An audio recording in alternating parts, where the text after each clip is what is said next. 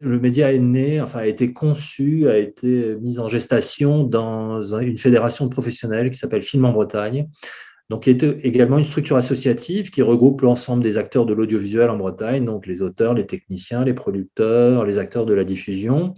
Ça fait plus d'une centaine de membres dans cette fédération. Et donc, c'est dans ce sein-là, en 2011-2012, que j'ai pu, et avec le soutien de la région Bretagne, que j'ai pu mener une étude donc, qui s'appelait Réinventons l'audiovisuel public. L'idée, c'était vraiment de se dire comment on peut refonder l'audiovisuel public à cette époque, donc de montée en puissance du numérique.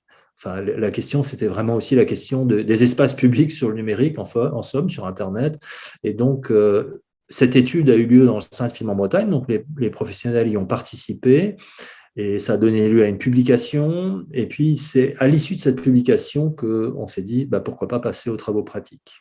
De fait, une fédération de professionnels est une structure qui, en autogestion, mais qui est déjà une manière de s'épauler, d'échanger et de créer une sorte d'émulation qui fait que le projet peut s'affiner.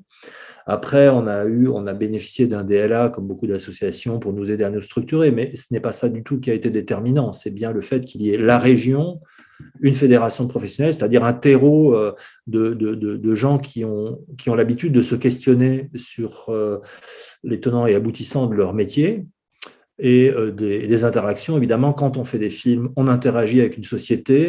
La Bretagne est une terre aussi de mois du documentaire. Bientôt, le mois prochain, c'est le mois du documentaire. Il y a en Bretagne beaucoup de festivals aussi de cinéma. Donc, c'est une terre qui est beaucoup labourée sur la question des films, de leurs auteurs et des échanges avec les publics.